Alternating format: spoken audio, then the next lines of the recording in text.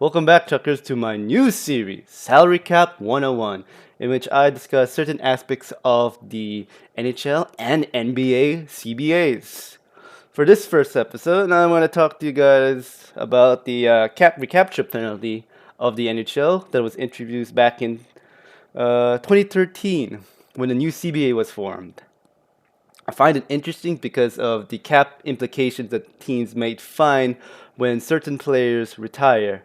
But oh yeah, before I go on the screen, I'm controlling my GMO team against the Anaheim Ducks. Don't worry, this is preseason, so it won't affect the regular season.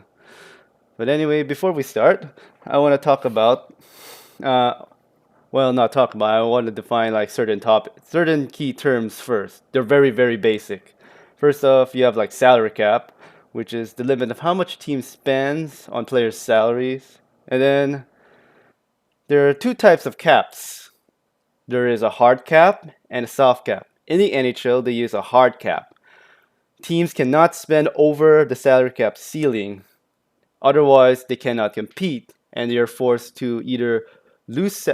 They're forced to reduce their salary to either the maximum or below, but above the salary cap ceiling floor, which is the minimum amount of salary that a team needs in order to compete. Otherwise, existing salaries will get a salary raise just to meet the salary cap floor.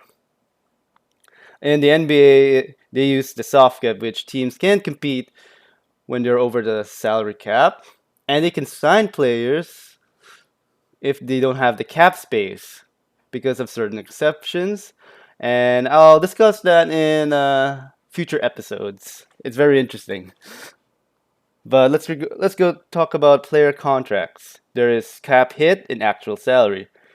Now, cap hit is like how much a player is earning on average per year for the duration of their contract. For example, on the screen I have Hopi's new contract in table form, which shows his salary breakdown. Hopi's new contract pays him 6.1 mil for the next 5 years. The total salary cap of a team is just basically the sum of all the players' cap hits. Players do not care much about the cap hit because they care about the actual salary. It's basically how much a player makes in a per year basis of their contract. And cap hit does not always equal actual salary. As you see the table, even though Hobie's making 6.1 per year, he's actually earning 6.5 in his first year. 3 mil of that is actually a signing bonus.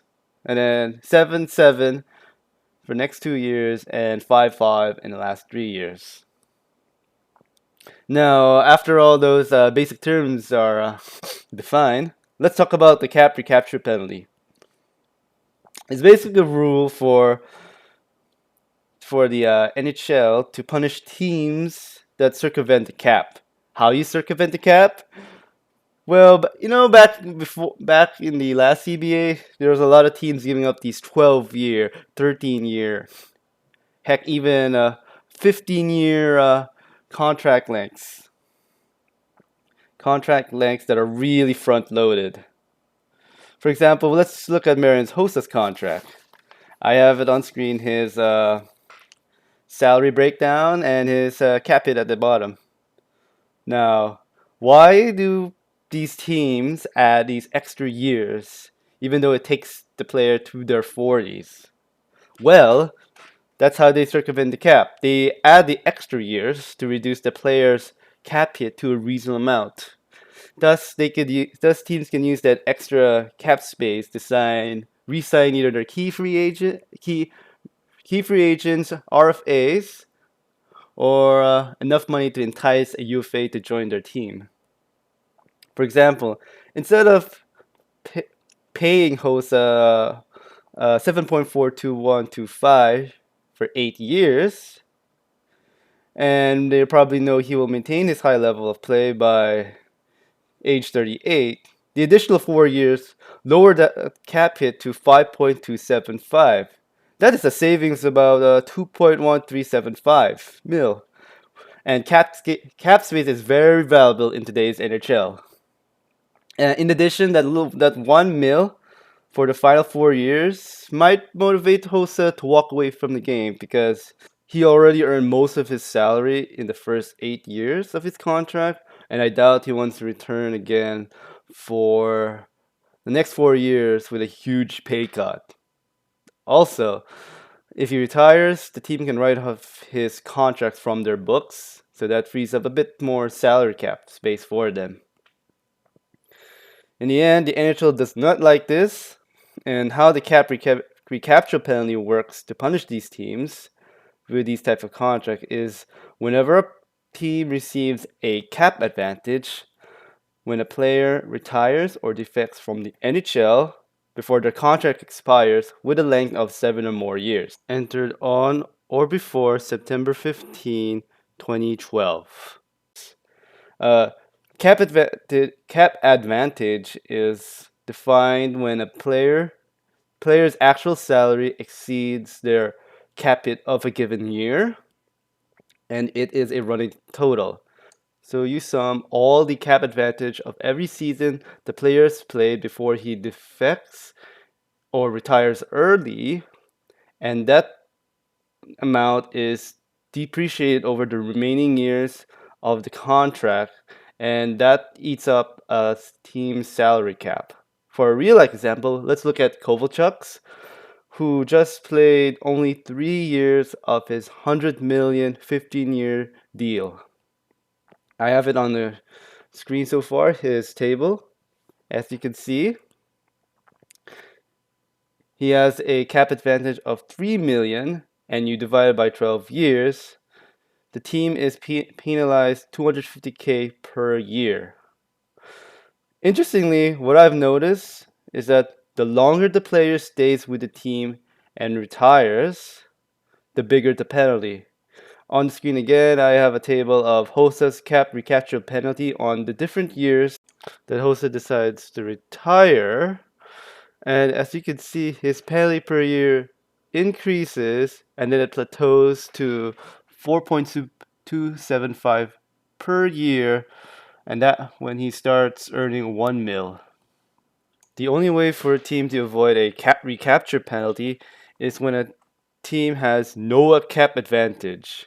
And in order for a player to have no cap advantage is when they fulfill their contract till the very end.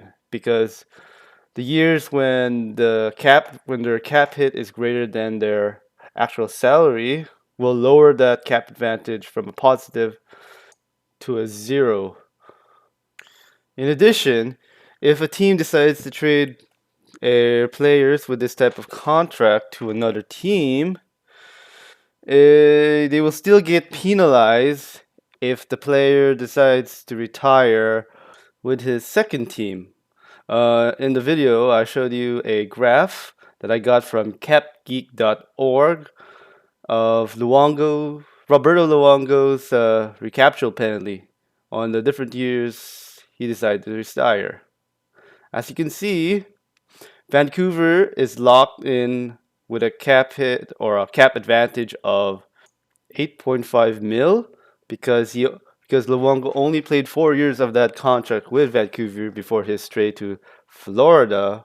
In addition, Vancouver is responsible for 15% of Florida's recapture penalty because Vancouver retained 15% of Luongo's contract after the trade.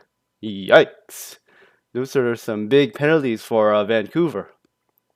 That's going to limit them signing free agents, re-signing key RFAs, and giving out long-term extensions. So whenever Luongo decides to hang up his skates or pads, it's going to be a nightmare for Vancouver in the near future. So interestingly, Philadelphia and Columbus are not affected by the cap recapture penalty because they had Mike Richards and Jeff Carter, respectively, and they traded those players away just before the start of the last lockout because they traded away those players before or on September 15, 2012. Now, there is some speculation in the future that teams would place these players in long term injury reserve. However, the NHL went to great lengths to prevent teams from abusing the long term injury reserve placement. For example, they would ask a third party physician will review a club physician's claim that one of their players is unfit to play. In addition, the commission will also investigate the circumstances for which a player is placed in long term injury reserve. And if the commissioner reasonably believes that the injury reserve was not properly utilized, aka the player was still fit to play, then he could discipline the team involved. Finally, I believe the cap recapture penalty is implemented just for those contracts with like 10 years, 12 years, 13 years, because the long-term contracts signed after the lockout reduced the max year length to 8 years for an extension and 7 years for UFAs.